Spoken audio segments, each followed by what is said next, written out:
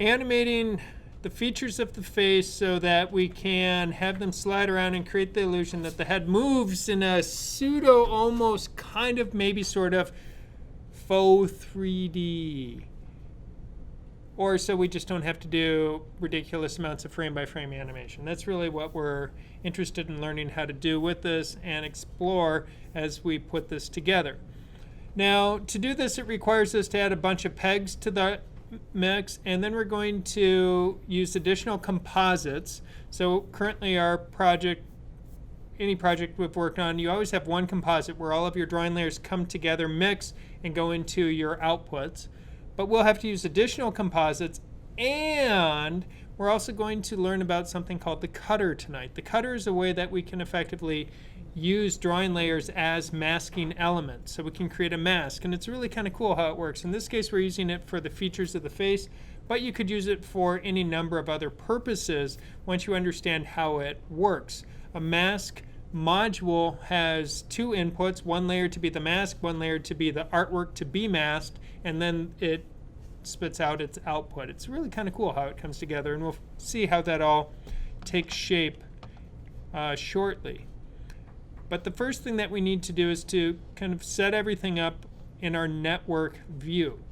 Now I've added the network view into my main window so I have a little bit more room to work, so it can be a little bit bigger, so it's easier to follow. Now looking at this, I also added in my network view toolbar.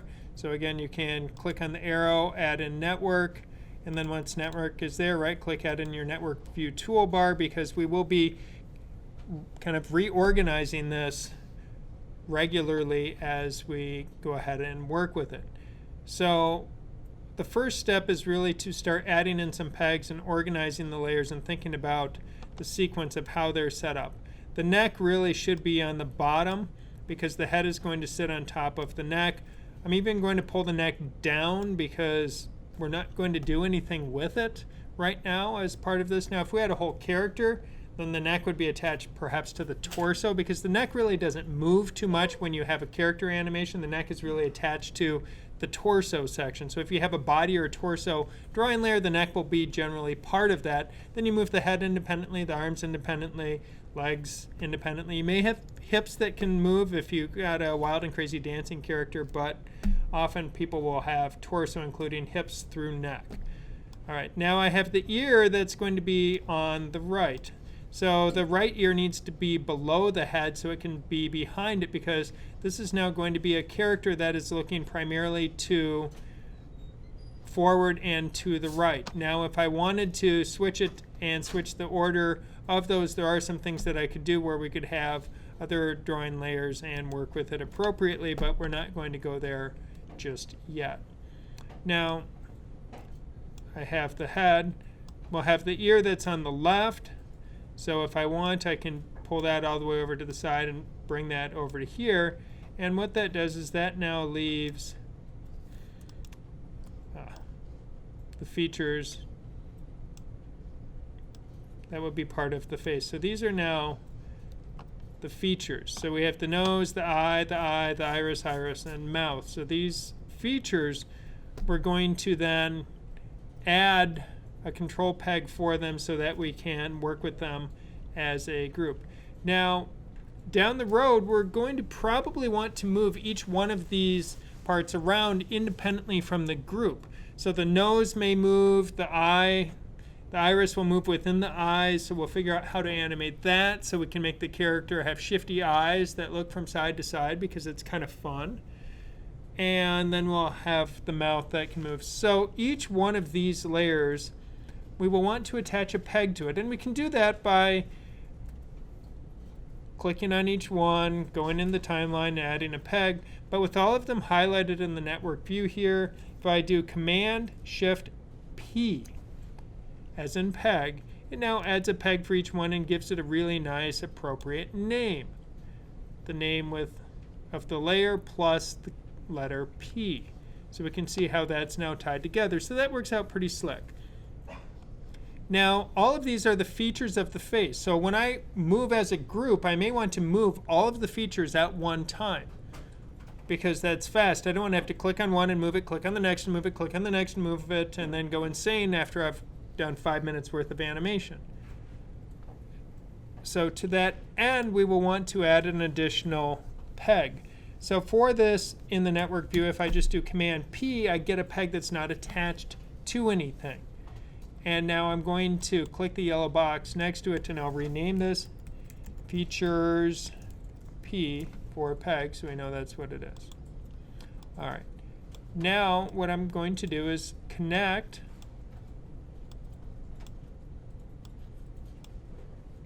my features. Actually, I'm not going to connect it to the irises, because the irises are going to be connected.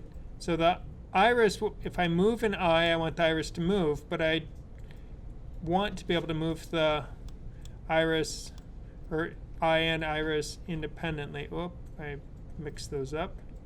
Iris left. So right, right, left, left. So, and I think I'm going to move the right ones, have the left ones on the left, right ones on the right. So actually, we'll reorder those. We'll see. Yeah, see. What you can see is how things are getting really kind of ugly there, but that's okay because we're going to break most of these connections in just a moment, because you guys are so awesome. You won't freak out when I make big dramatic wholesale changes on things and move stuff around. Keep moving things around a little bit, but what I really want is, okay, so I have my left eye here, but I want the iris for the left eye in front of that, and then I have my right iris in front of the right eye. Now what I can do is I can now click on my composite and I can say reorder it, and we can see how it reorders things and makes it look a little bit pretty again, and it moves things around. I'm like, okay, yeah, that's not so bad. I'll pull the neck back down because I don't care too much about that. And we can see how I have a little better structure going on, where the features of the face are set up. We go from features into the eyes, nose, and mouth, and then each eye goes to both an eye and to an iris, and then the iris just go to the respective iris layers. The right iris and eye are to the right of the left ones. But we'll be adding a few more things to this in just a moment to get a better sense of how we're going to organize all of this. Bad jokes, to continue forward with this. Now it looks like spaghetti, except that there's not too many pieces crossing. If you're really kind of anal-retentive when you build these network views, you can really kind of modify and stretch things out and get them placed just right, and then you find you don't have, suddenly it's like, it's not so bad. I mean, we'll add some more connections in so we have more control over our animation in a moment, but this is a good, starting point with it. So as we see the different features of the face here, one thing that we're going to want to be able to do is have some control when we move them around. So I'm going to click back to my camera view so we can see, just so I can demonstrate to you the why and how of some of what we're doing, and then we will go through and actually set it up. So if I have the features of the face and want to animate them or move them around, what I'll find is it's like, okay, if I pull them over, we see how they stick out of the head. Not good. That looks kind of, well, odd. So we need to fix that and work with it. So as I stroll across the face here, that they disappear once they cross the plane of the head, except for the nose. I want the nose to be able to extend out so it's almost as if the character has turned their head. And being able to do this, we're going to have to set up some specific things in our network view. So in the network view, what we're going to do is to take these features. Now that I can move around and control the features of the face, what we want to do is to be able to have some more control over this. And what we need to do is we need to introduce two new things into the mix. And one of the things that we are going to be working with here in the mix is going to be an additional composite. And we're going to use that so we can group a bunch of layers together so they function as a unit. And then we're going to use the cutter, which allows us to create a masking element. So I'm going to switch from my timeline to my module library. And let's see, in the default favorites, which comes up, there's two modules that we get here. One is a cutter and one is a composite. Now a composite, as I added, is the same as the existing composite. So you can have as many composites in your project as you want. It's all good. So if I have this composite, what I'm going to do is my composite's going to handle my eyes and mouth and treat them as a group. So then my main composite here, when I look at it, suddenly won't have so many lines of spaghetti into it. It's going to have a fewer number of lines. Because the cutter, which is our masking element, it takes a drawing layer on the right side, and it takes a layer to be the masking element on the left. So to see that in action, before we actually start messing with our composite and everything else, I'm just going to demonstrate a little bit of what's going on with the cutter. And I'm just looking for two layers to work with. So if I determine that my head is going to be the mask, and then I'm going to take the nose for now because it's easy to get to and put back to where it was, and say I want the nose to be cut, and then I'll put the nose back into the mix here. So if we see, here's the nose, the head is serving as a mask. So I drag a copy of the head over to my mask, and then I still have the head coming down. So you can see the two outputs from head. Now if I go back to my camera view, I'm going to switch over and go find my nose is pegged. Looks like an alien. We can see that the nose has disappeared. But if I drag the nose over, we'll see how the nose comes out behind the head, even though the nose is on top of the head. Now, the problem here is when you work with a cutter, the default version is it takes the artwork you have and says, don't show anything inside that area. Show it when it's outside of that. So the cutter object, we actually have to go into its properties and say we want to invert it. Spaghetti junction now. I'm going to take the nose now that my cutter's been inverted, and you'll notice how when I try and go outside of the head, the nose effectively is disappearing. The head nose is only showing up where the head is, because that head layer is a mask for the nose now. So if I go back into my network, I can see that here's the nose goes into the cutter. From the head is going into the mask, and then I have the nose going into the cutter here, sitting in front of the head.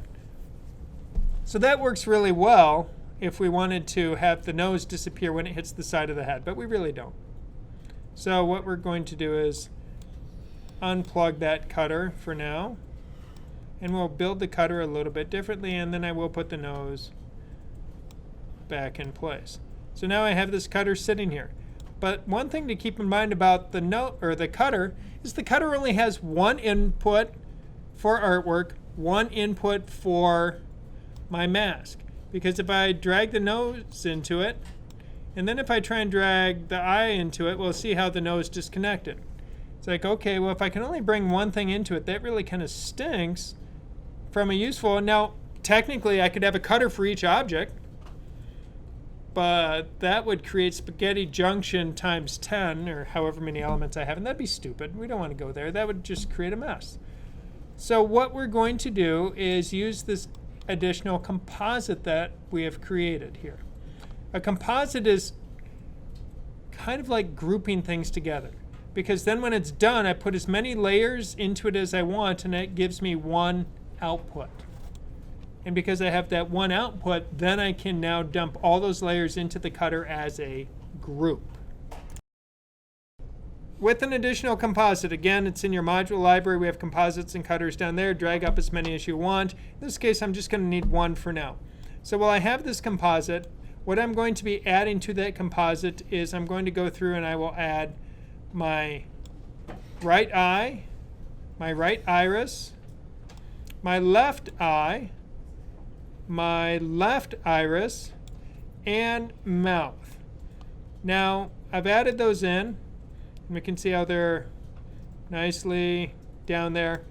We'll connect things properly, or organize things a little bit more in a moment. If I go to my camera view, we'll notice the features have disappeared except for the ears and the nose, because those items aren't attached to this composite.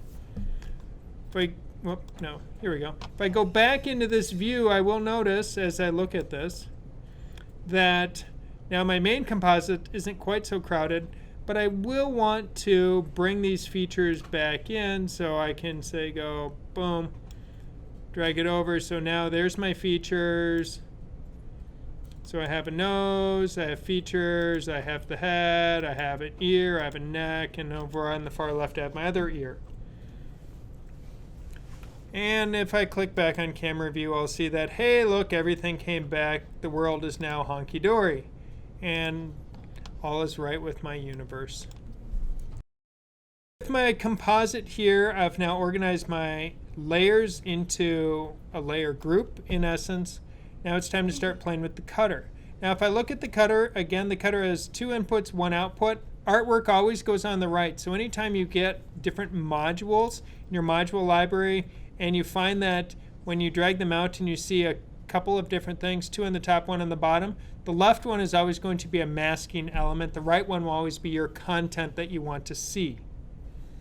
So that's just how to think about that. So knowing that, then I'm going to feed my face composite into the cutter. For that matter, I can even rename it.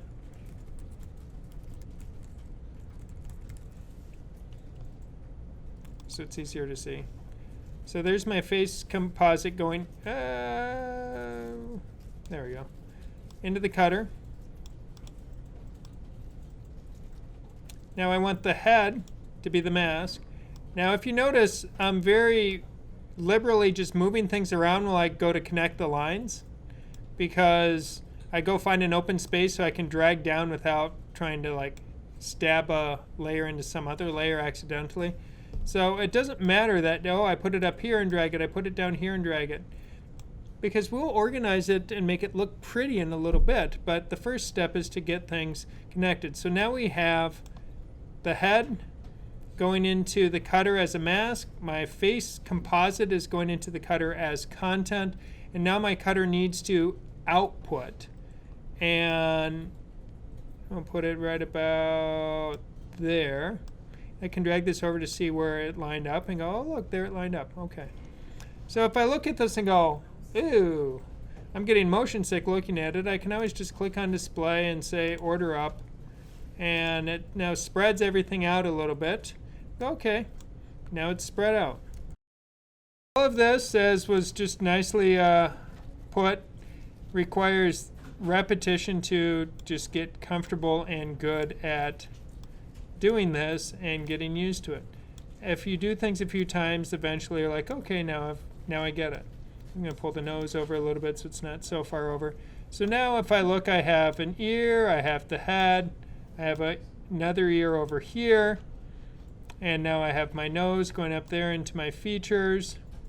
If I go back into my camera view, we'll see that now everything looks, well, as it did before. Let's see how it looks. Now if I click on features and go grab my translate tool and move it over, we'll see that they disappear when they hit the side of the head, except for the nose, because the nose is not being cut. The nose is part of the features peg group, but the nose is not part of the face or features composite, but is instead on its own over here to the side. Your nose is showing up behind the head instead of in front. When you get info or the properties on your cutter, you need to invert the cutter so that you click on it and it adds that in. That's so that you have to make a choice. Do you want a mask to show what's outside the artwork area or inside the artwork area? And you can make a use case for either situation. And in this case, they made the default where it shows outside of it instead of inside. Now that the features are, we can see it almost seems like you can rotate the head up, you can rotate it down, side to side. So we can control all the features. And if I individually move or keyframe them, then when I do the side to side, we get some nice results. One of the problems you will see that's occurring though, is as I go across that at the side, it would be nice if the head outline remained. And surprisingly, it's not that difficult to achieve that effect. But we have to do a couple of things to make that happen. And this will be the same trick or technique we can use when we animate the eyes and want the eye to have a cutter on it so we can move the iris and pupil within the eye to give the character shifty eyes. But it'll be the same as animating the features. We'll just use an additional composite. We'll use an additional cutter for each eye. And we can look into that if we want. But first, let's figure out the outline of the head operation here. So when I look at this, I can see there's a problem. And it'd be nice if I could have the outline of the head exist in front of the features of the face. And turns out we can. But what it requires us to do is when I look at my drawing, not the ear, but the head, if I look at the head, what I will notice is the head has outline art and color art. And if the head is rendered in that manner, then we can do good things. So if you remember previously when we worked with using the auto patch tool and we built joints, so we could have seamless joints where we have fill and stroke. In this case, I don't have to use the pencil tool. I can use the brush and it's all good. I just need this. I need a copy of this clean that I can work with, and then I have my fill color. And if I've separated it this way, then it's going to work really slick. Because then what we are going to do, and this is where a little bit of trickery is going to emerge into our situation, is I'm going to click on the head in my network view, copy it, paste. So now I have a copy of head. And then with that copy of the head, so now we have two heads, because two heads are always better than one. And with this, I am going to then take and bring the pipe for this head in front of the cutter pipe.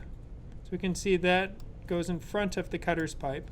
Now if I go back to my camera view, I'll notice that, oh crap, all my facial features just went away, and I'll freak out and I'll cry, and it'll be a horrible gnashing of teeth and wailing and other stressful situations. But we can easily rectify this situation, and all I have to do is go into the properties of this drawing layer. We access the properties of layers by double-clicking on them in the timeline, or in the network view, you click on the little yellow box and it pulls up the properties for that layer. And when I do that, what I will notice is that I can actually selectively choose which layers of artwork I want to see: overlay, line, color, or underlay. So for this second version of my head, not the main head, but the copied version, I'm going to modify it so I only see the line art.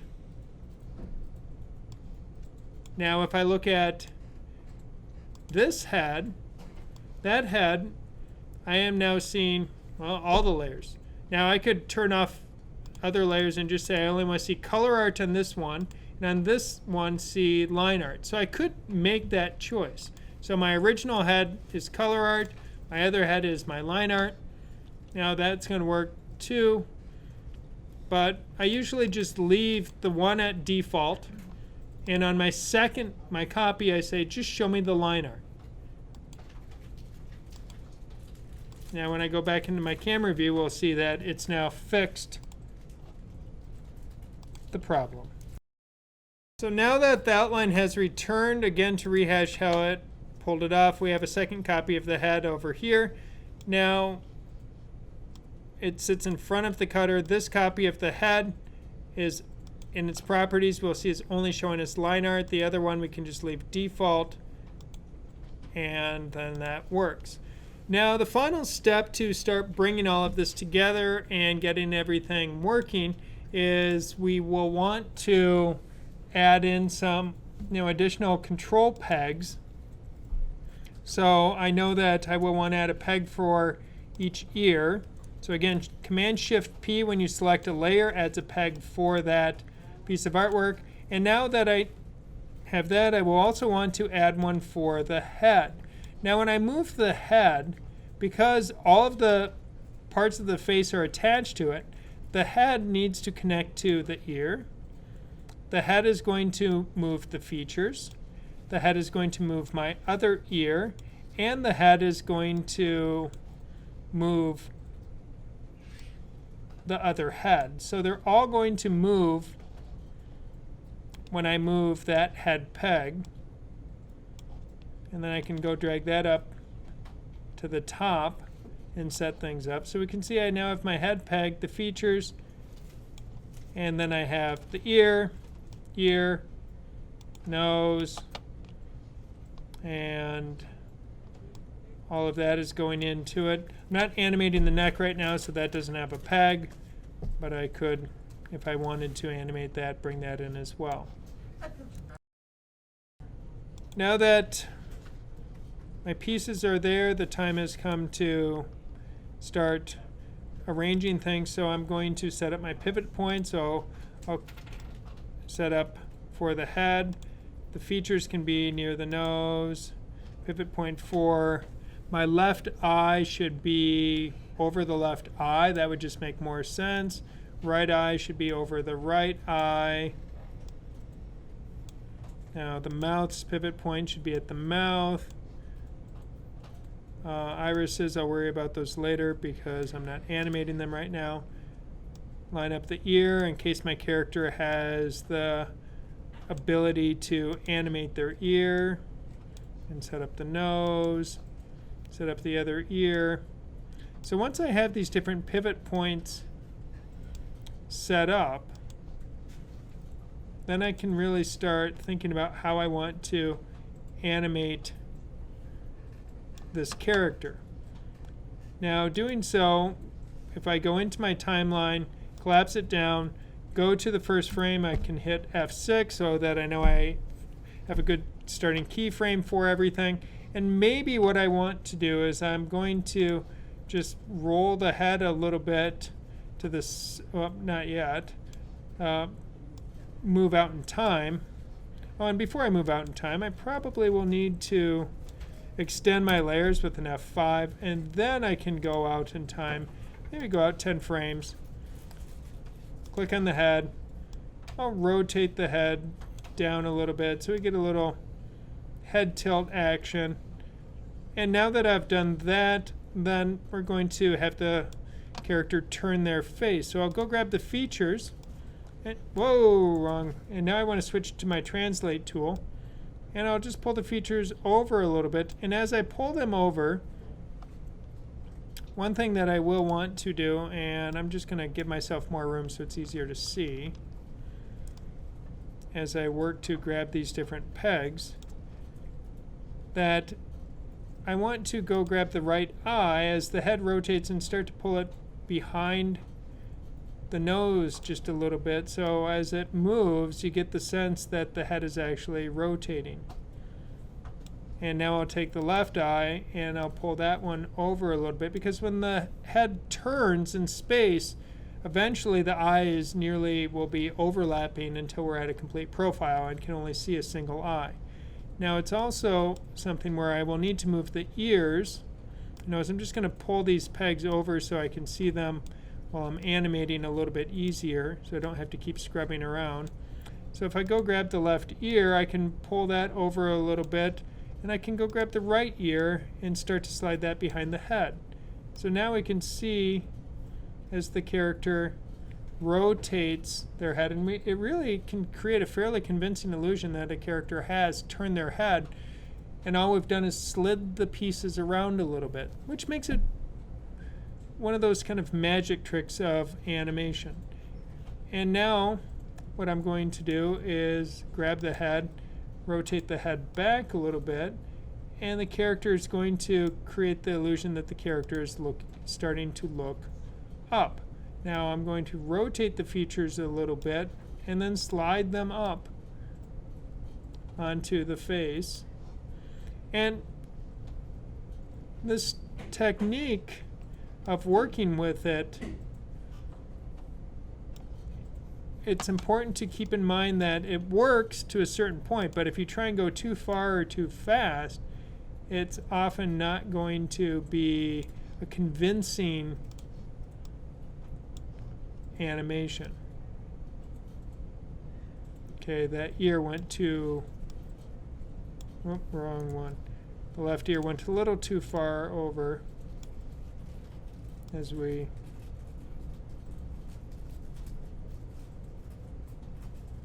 rotate. So I need to pull it down a little bit, and I think I need to rotate the ear a little bit to fit with the rotation of the head.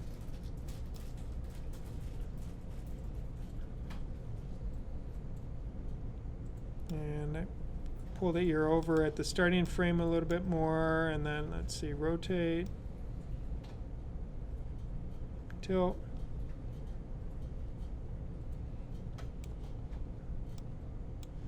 rotate it in, and that's a little too far down. And you just find that appropriate movement and balance to go along with everything. And you can start to create engaging animated characters. So I added in a cutter to my left eye. So if I move the left eye around, we can see how it now sits within the eye socket. Ooh, and it's kind of fun. Now I'm going to do the same thing to the right eye and cover that process. Because currently I have a peg for the right eye, a peg for the iris, iris right, and eye right. Now the only new element that I'm going to need will be an additional cutter, so I'll drag a cutter out. And if it makes you happy, you can rename your cutters and work with that. So if I say cutter, eye right, and then that gives me an opportunity also to invert it. So I will invert it because we use our cutters in invert mode instead of normal mode. Now, if we remember the process, our mask goes in the left port. So my eye goes in the left port. My iris, the artwork to be masked, goes in the right port. Disconnect the iris now from the composite it was on and drag the cutter down into the composite. And now I'll see it showed up. Now if I go to the iris's pivot point, and I need to finally place that, and if I work with the iris's pivot point, we will see that it works, except we have that kind of the outline issue still going on. And to fix the outline issue, what we need to do is to have an additional version of our right eye where we don't show all of the drawing layers. And we can do that, so I'll copy that and paste it. So now I have my second right eye. If I pull up its properties, I will turn off everything but line art. So I'll just look at the line art. And now this element needs to sit in front of the cutter. Drag that over in front of the cutter. And now it gets really clustered here for a little bit, and then you can pull all your stuff out once you get it all connected. But again, the same process of find an open hole in which to set something, connect your pipes, and then start moving things around, I find to be a better way of working. So now I've put that in, and we can see, if I look at it, we'll see that it located itself not over the eyeball, but in the middle of the screen. It's like, well, that's really crappy. But that's because we've already animated the face, so there's keyframe information in these pegs that have moved it around, and all I have to do is say, well, I want this copy of the eye to share the same location information as the eye, so now it locates it up there. If I grab the iris for that and move that around, we'll see that now it does indeed sit where I need it to sit. So if I go into my timeline here, if his eyes are at this point, I'm going to go back here, and I'll just add a keyframe so that I know the eyes are keyframed right there. And now I'm going to go to this iris, and I'm going to have him look to the right. Now I'll go to the other iris and move it to the right. So now he has shifted his gaze. His eyes are moving inside his head. And now, because he's a shifty-eyed, blue-skinned freak, we'll move the eyes back to the other side like this, and we can see how now they're shifting. So we can animate the eyes of the character on the face without having to do a lot of complex frame-by-frame movements.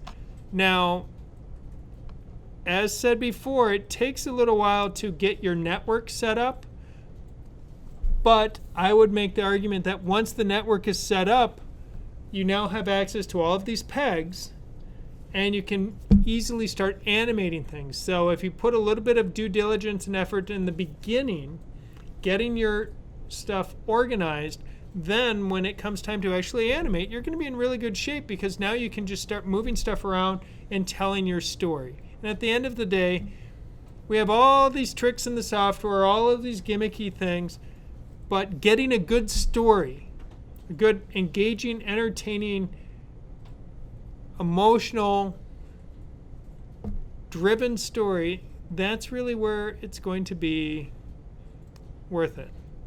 So we can use all the gimmicks in the software, but coming up with a good story, that's what really is going to be important. So once I have this set up, I can start moving things around as I need for animation control. I can start organizing my layers a little bit more if I find that things have gotten a little tight and clustered. And it's not a big deal to move things around. And once you have everything, it's not, oh, I don't want to do that. It's not a huge deal then if you put all your pegs in one place, because you'll be grabbing the pegs when you go to animate. You don't need to see all of these other pipes to do the animation. All you really need to do is get the view where I can now see, here's my pegs that I'll be using, and then work with my camera.